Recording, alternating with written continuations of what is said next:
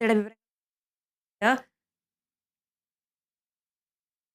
ഇടുക്കി ചിന്നക്കനാൽ കോഴിപ്പന്നക്കുടിയിൽ ചക്കക്കൊമ്പൻ വ്യാപകമായി കൃഷി നശിപ്പിച്ചു. ചക്ക തിന്നുവാനായി ആന പ്ലാവുകൾ വ്യാപകമായി കുത്തിമറിച്ചിട്ടു.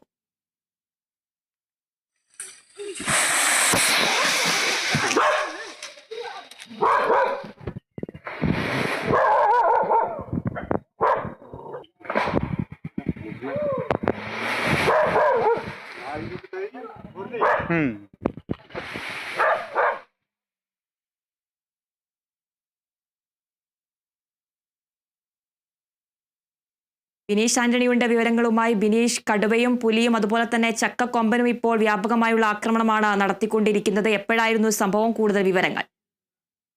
അതിനാ തീർച്ചയായും ചിന്നക്കനാൽ മേഖലയിലെ ആളുകളുടെ ഒരു അല്ലെങ്കിൽ അവരുടെ സ്വൈര്യ ജീവിതത്തെ തടസ്സമാകുന്ന രീതിയിലാണ് കടുവയുടെയും പുലിയുടെയും ആനയുടെയും ആക്രമണം ഉണ്ടാകുന്നത്. ഏതായാലും ചക്കക്കൊമ്പൻ എന്ന് പേര് വിളിക്കുന്നുണ്ട്.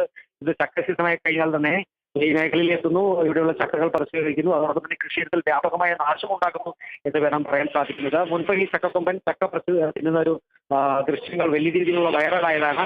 അതിനുശേഷമാണ് ഇന്ന് ഈ ചക്കക്കൊമ്പൻ ഇന്ന് രാവിലെ 5:30 ഈ കോഴിപ്പന്നക്കുടിയിൽ രാജാറാമിന്റെ കൃഷിയിടത്തിലെത്തിയത്.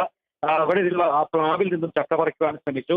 തുടർന്ന് ഈ വളർത്തുനായ കുറച്ച് ഓടിക്കാൻ ശ്രമിച്ചെങ്കിലും പിന്നീട് ആനയാണെന്നറിഞ്ഞ ശേഷമാണ് ഈ വളർത്തുനായ പിന്നീട് തിരിഞ്ഞോടുകയായിരുന്നു ചെയ്തത്. ഏതായാലും ഈ മേഖലയിലെ കൃഷിയിടത്തിൽ ഇറങ്ങിയ ആന വ്യാപകമായി ഏലം ചവിട്ടി ഓടിച്ചിട്ടുണ്ട്. 3 മണിക്കൂറിന് ശേഷമാണ് ആന ആ മേഖലയിൽ നിന്ന് പിന്മാറിയത്.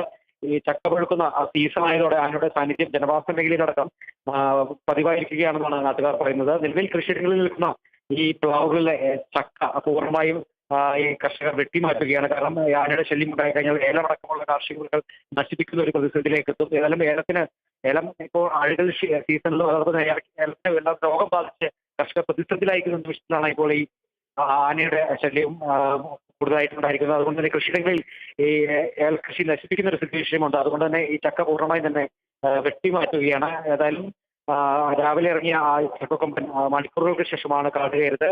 RRT സംഘങ്ങളെ അറിയിച്ചാൽ തന്നെ പോലും ആന ഇറങ്ങുന്ന സമയത്ത് ഈ RRT സംഘം ഇവിടെ എത്താറില്ല എന്നുള്ള ഒരു ആക്ഷേപവും നാട്ടുകാർ ഉന്നയിക്കുന്നുണ്ട്. അതിനാ ശരി ബിനീഷ്.